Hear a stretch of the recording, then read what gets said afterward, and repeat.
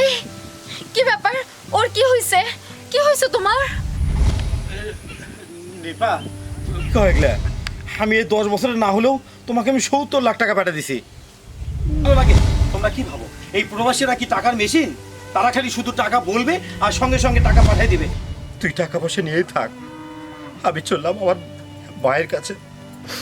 আমার মা আমাকে নিশ্চয়ই ক্ষমা করে দিবে।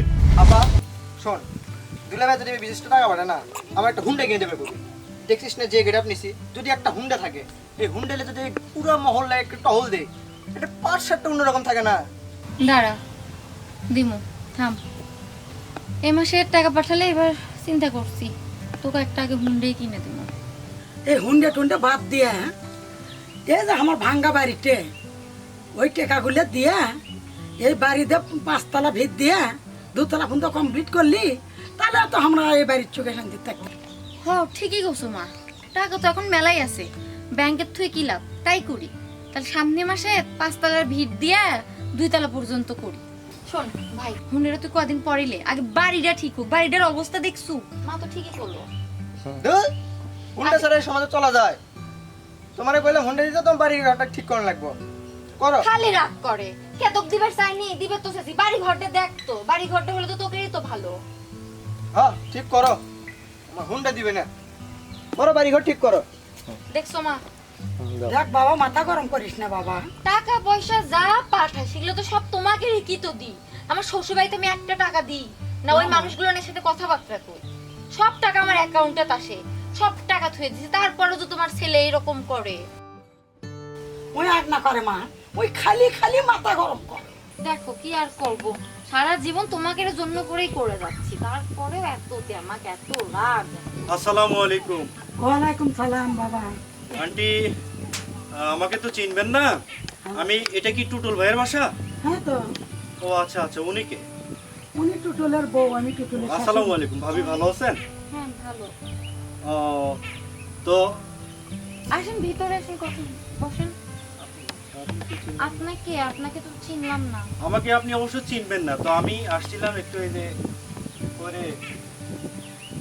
এই কি ব্যাপার? ওর কি হইছে? কি হইছে তোমার? রিপা কই তুমি? আমার কাছে আসো। কি হইছে রে? এই কেন এমন ও হচ্ছে? ভাবি, আসলে ঘটনাটা হয়েছে কি, দেশের বাইরে একটা কাজ করতে গিয়ে 10 তলার বিল্ডিং থেকে পড়ে গিয়ে ওর চোখে একটু সমস্যা হয়েছে। তো ও আমাকে বারবার নিষেধ করেছে বাসায় কিছু না জানাতে, যেন আপনারা টেনশন করবেন না। আর এই জন্য কোনোদিন, তবে আল্লাহর রহমতে শরীর স্বাস্থ্য ঠিক আছে, কিন্তু চোখ দুটা নষ্ট হয়ে গেছে, আর কোনোদিন চোখে দেখতে পাবে না। তো এই জন্য আমি বিদেশ থেকে ওকে পৌঁছায় দেওয়ার জন্য আপনার বাসায় আসি। যদিও আমার ছুটি আরো 6 মাস পরে ছিল, কিন্তু একমাত্র বন্ধু আমার, আমরা দুইজন একসঙ্গে এক বেডে থাকছি দীর্ঘদিন যাবত। তো ও আমার খুব কলিজার কাছের বন্ধু, তো ওকে পৌঁছায় দেওয়ার দায়িত্ব আমার, নৈতিক দায়িত্ব। সেই দায়িত্ববোধ থেকেই আপনাদের কাছে পৌঁছায় দেওয়ার জন্য আসছি। ওই না থাকলে আমি বাংলাদেশ পর্যন্ত আসা পারলাম না। ওরে এখানে কেন নিয়ে আসছেন? ওকে ওর মার কাছে নিয়ে যান, মা বাবার কাছে যাক। ওকে আমি কি করব এখানে? আমি একটা অন্ধ, কি করব? কেমন কথা বলছেন ভাবি? কেমন কথা মানে? ও আর কোনো কাজ কাম করতে পারবে? ও আর কোনো টাকা ইনকাম করতে পারবে? চলবে কেমনে? ওকে আমি কি করব? ওকে ওর মায়ের কাছে নিয়ে যান। আমার এরকম অন্ধ মানুষের সাথে আমি থাকতে পারবো না। আরে তুমি এগুলো কি করছো? আমি তো তোমার স্বামী, আমি যা রোজগার করছি সবই তো আমি তোমার নামে পাঠিয়ে দিছি। ওগুলো দিয়ে আমরা এটি কোনো কিছু করে খামো। এই যে তুমি আসলা, তোমাকে আমি এখন খাইতে দিব কি? সেই রিয়েটা তো নাই। টাকা মনে হয় বেজায় পাঠাইছে, যেই টাকা পাঠাইছে তাকে সংসারই চলেনি। মায়ের ছেলে মায়ের কাছে নিয়ে যান। ওকে আমি এখানে কি করব? কি কয় এগুলা? আমি এই 10 বছরের না হলেও তোমাকে আমি 70 লাখ টাকা পাঠিয়ে দিছি, তারপরেও একটা টাকাও কাছে নাই। 70 লাখ? 70 টাকাও কাছে নাই? এসব কেমন কথা বলছেন ভাবি? ওকে ওর মায়ের কাছে নিয়ে যান। আমার এরকম অন্ধ মানুষের সাথে আমি থাকতে পারবো না।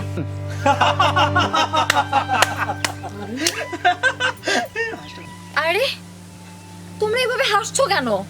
আরে হাসছি কেন? আসলে এই নাটকটা না করলে না, তোমার এই সুন্দর চেহারাটা আমার সামনে ফুটে উঠতো না। বুঝতে পেরেছো এখন? আসলে আমি অন্ধ হইনি, আমার বন্ধুর সঙ্গে করে নিয়ে আমি তোমাকে পরীক্ষা করছিলাম। আর এই পরীক্ষা করতে এসে আমি তো নিজেই সারপ্রাইজ পেয়ে গেলাম।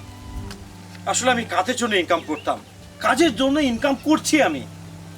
যারা কিনা আমাকে একটা অন্ধ ভেবে বাড়ি থেকে কুত্তার মতো দূর দূর করে তাড়িয়ে দিচ্ছে, অথচ অথচ এক সময় আমি লক্ষ লক্ষ টাকা প্রতি মাসে আমি তোমাদের অ্যাকাউন্টে পাঠাইছি। আজ আমার অ্যাকাউন্টে 70 টাকাও নেই। কেন নেই? প্রবাসীদের শুধু ওই টাকাটাই ভালো লাগে?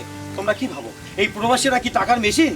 তারা খালি শুধু টাকা বলবে আর সঙ্গে সঙ্গে টাকা পাঠিয়ে দিবে। তারা কি ওখানে টাকা রোজগার করে? হ্যাঁ, টাকা কি তারা তৈরি করে? শোনো, একটা কথা মনে রাখবে, একজন প্রবাসী তারা দিনে রাতে সব সময় 24 ঘন্টা পরিশ্রম করে যে টাকা রোজগার করে, তারা খেয়ে না খেয়ে তোমাদেরকে এই দেশে তাদের টাকা পাঠিয়ে দেয়, আর তোমরা সেই টাকাগুলোকে ইচ্ছা মতো লুড়াও। আর তারপর সে যখন দেশে ফিরে আসে না, তখন তাদেরকে তোমরা তুচ্ছ মনে করো, তুচ্ছ তেজপাতা মনে করো, কিচ্ছু মনে করো না। কেন? টাকা রোজগার করতে কি কষ্ট হয় না? তুমি জানো এই টাকা রোজগার করতে আমাদের কত পরিশ্রম হয়? আমরা একবেলা খাই, দুই বেলা না খেয়ে থাকি, ডাল ভাত খেয়ে থাকি। তোমরা এখানে তো মহা আনন্দে থাকো, যখন মনে হয় গরু ছাগল যা ইচ্ছে তাই খাও, মাছ গোস্ত সব কিছু খাচ্ছ। আমরা না সব কিছু খেতে পারি না। আর তোমাকে না আমি ভালোবেসে বিয়ে করেছিলাম, তুমি না আমাকে ভালোবেসে বিয়ে করেছিলে? কি বলেছিলে তুমি আমার জন্য সারা জীবন অপেক্ষা করবে? শুধু আমি একটু অন্ধ অভিনয় করেছি, তার জন্য তুমি কি করলে? আমাকে তুচ্ছ করে আমার বাবার বাড়িতে পাঠিয়ে দিয়েছিলে। কেন? কেন আমাকে নিয়ে তুমি চলতে পারতে না? একজন অন্ধকে তোমার চোখ দিয়ে তুমি আমাকে পথ দেখাতে পারতে না? আমরা তো আরো অনেক কিছু করতে পারতাম। তার জন্য তুমি কি করলে? আজকে আমাকে প্রমাণ করে দিলে আসলে ভালোবাসা চিরদিন টিকে না, টাকাই সব কিছু।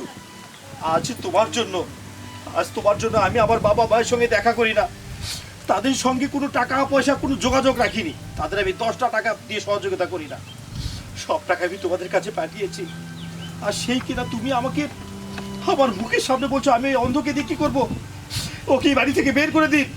শোনো, আমি যদি অন্ধ হই, আমার যদি 2টি হাত 2টি পাও না থাকে, তারপরেও আমার বাবা মা আমাকে বাড়ি থেকে বের করে দেবে না। তোমরা একজন প্রবাসীর কষ্টটা বুঝতে পারবে না। তোমরা শুধু টাকাকে ভালোবাসতে শিখে গেছো, তোমরা শুধু টাকাটাকেই ভালোবাসো। আজ তোদের কারণে এই অবস্থা। ঠিক আছে, তুই টাকা পয়সা নিয়েই থাক, আমি চললাম আমার মায়ের কাছে। আমার মা আমাকে নিশ্চয়ই ক্ষমা করে দিবে। তাদের সঙ্গে যদিও কোনো যোগাযোগ রাখতে পারিনি, তাদেরকে 10টা টাকা দিয়েও সহযোগিতা করতে পারিনি, তারপরেও মা তার সন্তানকে কখনো আলাদা করে দিতে পারবে না। আমি বস্ত বড় ভুল করেছি। তোমাকেও আমার দরকার নেই, ওই টাকাটাকেও আমার দরকার নেই। এই টাকাটা আমি তোমাকে ভিক্ষা দিয়ে গেলাম। হ্যাঁ, চল বন্ধু। দাঁড়াও, শোনো। শোন, আর একটা কথা, খবরটা তুই আমার সঙ্গে যোগাযোগ করবি না, আর আজকে দিনের মধ্যেই তোকে আমি ডিভোর্স লেটার পাঠিয়ে দেবো। দোস্ত চল। দাঁড়াও দাঁড়াও বাবা, শুনে দাও। দাঁড়াও বাবা টোটো। মা, আমার সব শেষ হয়ে গেল। মা, আমার সব শেষ হয়ে গেল। তোমার বুদ্ধি শুনে একমাত্র তোমার জন্য করে আমার সংসারটা আজকে শেষ হয়ে গেল। তোমার লোভের কারণে আজকে আমার এই অবস্থা হয়ে গেল। আমি কি করব? আল্লাহ।